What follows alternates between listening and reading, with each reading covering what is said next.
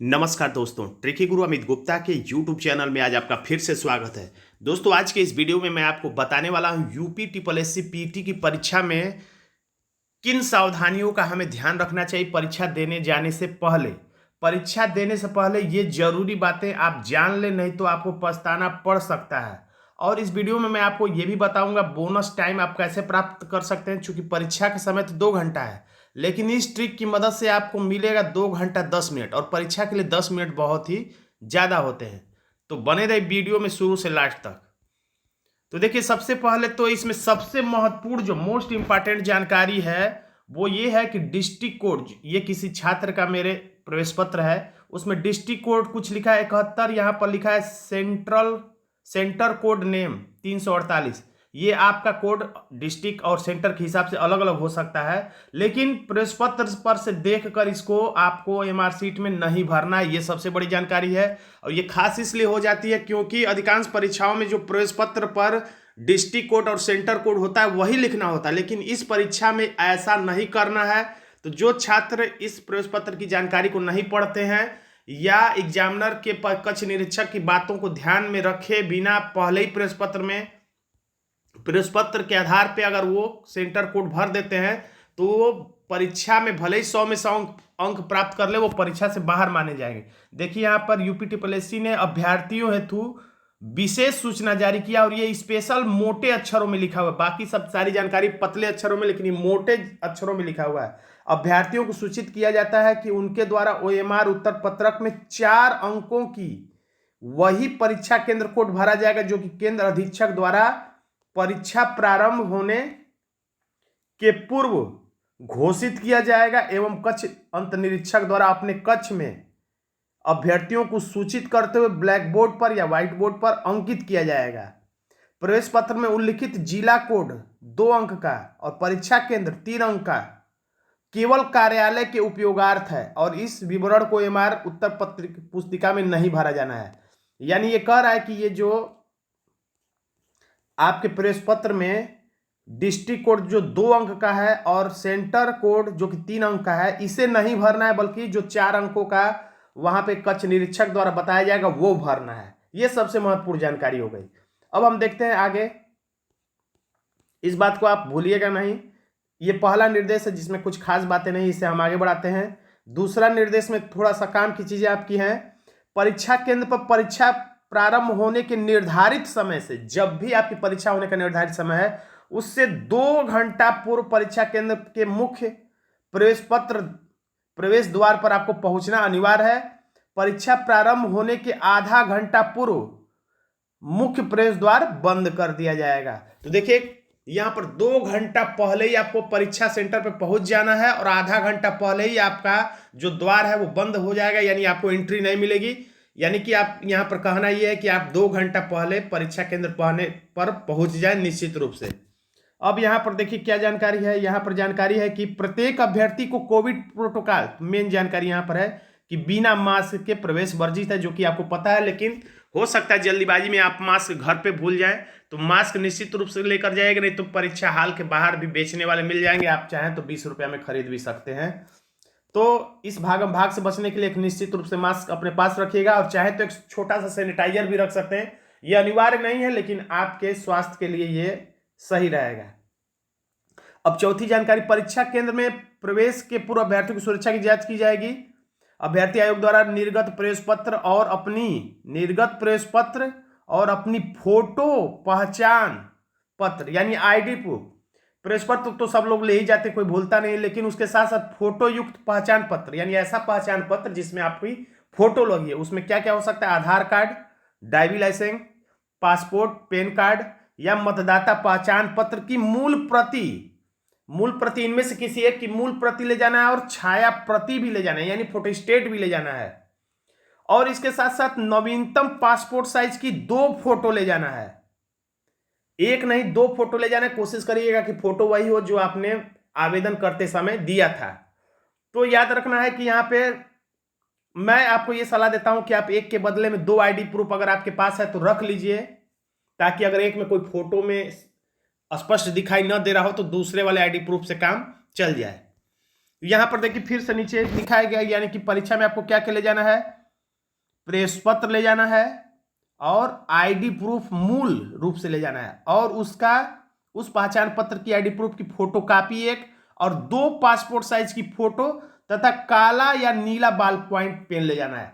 याद रखिए, ball point pen ले जाना है आपको, जेल वाला पेन नहीं रखना है, और काला और नीला में से कोई भी एक ले जाना है। यानी कि आप कोशिश करिए कि 2 काला ही रख ले, ऐसा नहीं कि एक काला एक नीला दोनों लिख के ले जाए, तो कभी नीला से कभी काला से लिखे।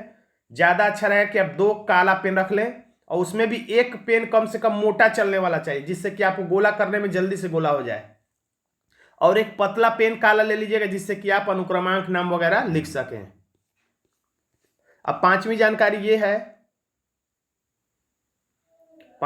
है कि अभ्यर्थी किसी तरह का मोबाइल फोन आईपैड ये तो नहीं ले जाना, ये सबको पता है, लेकिन यहां पर लिखा है कि किसी भी तरह की हाथ की घड़ी भी आपको नहीं ले जाना है। पहले ये लिखता था कि इलेक्ट्रॉनिक घड़ी नहीं ले जाना, लेकिन अब लिखा है कि किसी भी तरह की घड़ी नहीं ले जाना है, क्योंकि किसी के पास टाइम नहीं होता है कि सबकी घड़ियों को चेक किया जाए कि किसकी इलेक्ट्रॉनिक घड़ी है और किसकी साधारण घड़ी है, इसलिए डायरेक्ट घड़ी को ही बैन कर दिया गया है। तो इसलिए टाइम भी आपको बार बार एग्जामिनर से पूछना पड़ेगा, या जो घंटा लगता है उस पर आपको ध्यान केंद्रित करना पड़ेगा। अगली देखिए जानकारी, छठवीं जानकारी, जो कि खास नहीं, यहाँ पे मैंने कट कर दिया है, आपके काम की कोई इसमें जानकारी नहीं है। अब देखते हैं हम लोग सातवीं जानकारी, तो ये भी कट है, इसमें भी कोई खास आपकी काम की चीज नहीं है। अब हम आठवीं जानकारी, जो कि बहुत महत्वपूर्ण है, इसको हम लोग देख लेते हैं। अभ्यर्थी OMR उत्तर पत्रक पर अपना अनुक्रमांक, पंजीकरण संख्या, बुकलेट सीरीज, कक्ष अंत निरीक्षक, देखिए इसको फिर से अंडरलाइन किया है, कक्ष अंत निरीक्षक द्वारा सूचित परीक्षा केंद्र कोड जो 4 अंकों का होगा। यानी इस बात को बार बार ध्यान दिलाया जा रहा है, क्योंकि ये बहुत बड़ी बात है, क्योंकि ये त्रुटि हो सकती है, संभव है, इसलिए इस बात को बार बार डार्क में करके दर्शाया गया। अब 9वीं जानकारी देखते हैं हम लोग। अभ्यर्थीगण OMR उत्तर पत्रक में निर्धारित स्थान पर हस्तलिपि में हिंदी में, याद रखिए यहाँ पे मोस्ट इंपॉर्टेंट बात, दूसरी महत्वपूर्ण बात यह है कि आपको हस्तलिपि में यानी कि अपने हाथ से हिंदी में पूरा नाम लिखना है, क्योंकि अधिकांश परीक्षाओं में आप देखते होंगे कि इंग्लिश में भी छात्र लिखते हैं अपना नाम वगैरह, लेकिन और उसमें लिखा भी होता है कि केवल इंग्लिश में लिखे, अंग्रेजी में, लेकिन यहाँ पर स्पष्ट रूप से लिखा हुआ है कि हिंदी में लिखे, क्योंकि ये उत्तर प्रदेश है, यहाँ की राष्ट्रीय भाषा ही हिंदी है, तो हिंदी में लिखना ये बड़ी बात है, और हस्ताक्षर करना है हिंदी में, या जैसे भी, तो निर्धारित स्थान पर हस्ताक्षर करें, हिंदी में अपना नाम न लिखे जाने पर देखिए क्या होगा, तो आपका OMR मूल्यांकन ही नहीं किया जाएगा, यानी कि आपकी कॉपी ही नहीं चेक होगी अगर आप हिंदी के बदले में इंग्लिश में कर देते हैं। तो हस्ताक्षर के लिए ज्यादा घबराने की जरूरत नहीं, वही चीज अपने नाम को ही पूरा पूरा आप लिख देंगे तो वही हस्ताक्षर कहलाता है। इस परीक्षा हेतु ऋणात्मक अंकों का प्रावधान है, ये आपको पता होगा ही, और ये कितना है, तो 1/4 है, और कब होगा, तो अगर गलत उत्तर देते हैं तो भी, और किसी प्रश्न का 1 के बदले में 2 आंसर को काला कर देते हैं तो भी आपको उस प्रश्न को गलत मान लिया जाएगा, भले उसमें एक आंसर हो तो भी, और 1/4 काट दिया जाएगा। इसका मतलब 1/4 का मतलब यह है कि अगर 5 प्रश्न आपने किया है जिसमें कि 1 सही है और 4 गलत है, तो ये 4 तो गलत है ही, ये जो 1 सही था ये भी गलत हो जाएगा, यानी 5 प्रश्न आपके गलत माने जाएंगे। अगली जानकारी हम लोग देखते हैं, 11 नंबर पे कोई काम की जानकारी नहीं, 12 नंबर पे कोई काम की जानकारी नहीं है। अब हम लोग चलते हैं 13 नंबर की जानकारी पर, जो कि काफी काम की है। कक्ष अंत निरीक्षक की अनुमति के बिना परीक्षा प्रारंभ करने के निर्धारित समय से पूर्व अभ्यर्थियों द्वारा प्रश्न पुस्तिका नहीं खोली जाएगी। ये कॉमन सी बात है, लेकिन यहीं पर मेरा जो टाइम वाला बोनस है वो यहीं पे छुपा हुआ है, खोली नहीं जाएगी। अनुमति के बिना प्रश्न पुस्तिका खोल कर पढ़ना या OMR में उत्तर अंकित किए जाने पर अनुशासनात्मक कार्रवाई की जाएगी। तो यहां पर देखिए, यहीं पे हम बोनस अंक प्राप्त कर सकते हैं। यहां पर हम खोल कर तो उसे नहीं पढ़ेंगे और न ही OMR में उसको अंकित करेंगे, लेकिन एक शिष्टाचार के अंतर्गत यहां पे आपका लाख होता है, यहां पे लाख होता है, तो आप इस वाले पोर्शन से, कोने से पेज को तिरछे में यहां से इधर की तरफ मोड़ेंगे तो आपको एक एक प्रश्न दिखने लगा। ऐसे करते करते आप कम से कम 8-10 प्रश्न देख सकते हैं। उसी तरीके से इस कोने से पेज को आप मोड़ेंगे इधर साइड में, तो इस साइड में भी आपको पेज खुला हुआ दिखाई देगा और इधर से भी आपको एक एक प्रश्न दिखता चला जाएगा। तो कोशिश करिएगा जीके के जो प्रश्न है वो और हिंदी के जो प्रश्न है वो आप इस तरीके से कम 10-15 प्रश्न आराम से जल्दी जल्दी कर सकते हैं। भले ही आप उसे OMR में न करें, इस तरह से आप अपना 10 मिनट जो है वो बढ़ा सकते हैं। हाँ, इसमें आप थोड़ा सा एग्जामिनर की नज़र से बच कर ये काम करिएगा। वैसे तो ये गलत काम नहीं, लेकिन फिर भी थोड़ा सा रिस्पेक्ट करिएगा एग्जामिनर की। अब देखते हैं यहाँ पर हम 15वां चीज। 15वां में कोई खास चीज नहीं, 16वां में देखते हैं। उत्तर पत्रक पर व्हाइटनर, ब्लेड, रबड़ का प्रयोग वर्जित है। यदि OMR सीट पर व्हाइटनर, ब्लेड अथवा रबड़ का प्रयोग किया जाता है तो ऐसे अभ्यर्थियों का अभ्यर्थन प्रथम दृष्टया ही निरस्त कर दिया जाएगा। लेकिन यहां पर मैं आपको बहुत बड़ा सलाह देना चाहता हूं कि इसके बावजूद, कहने के बावजूद भी आपको व्हाइटनर जो है वो, जिसको आप लोग सफेदा भी कहते हैं, व्हाइटनर अपने साथ लेकर ही जाइएगा। भले ही ये कहा है कि प्रथम दृष्टया निरस्त कर दिया जाएगा, इसके बावजूद भी आपको व्हाइटनर ले जाना है। क्यों ले जाना है? तो इसका सबसे बड़ा रीजन ये है कि बाई चांस आप अनुक्रमांक लिख रहे हैं, वहां पे 2 के जगह पे आपने 4 लिख दिया, 4 के जगह पे 2 लिख दिया। अब आप क्या करेंगे? अब गलत जब अनुक्रमांक आपने लिख दिया है तो आप चाहे 100 में 100 सही कर लें, आपको फेल ही होना है, गारंटी है, क्योंकि आपका अनुक्रमांक ही गलत है।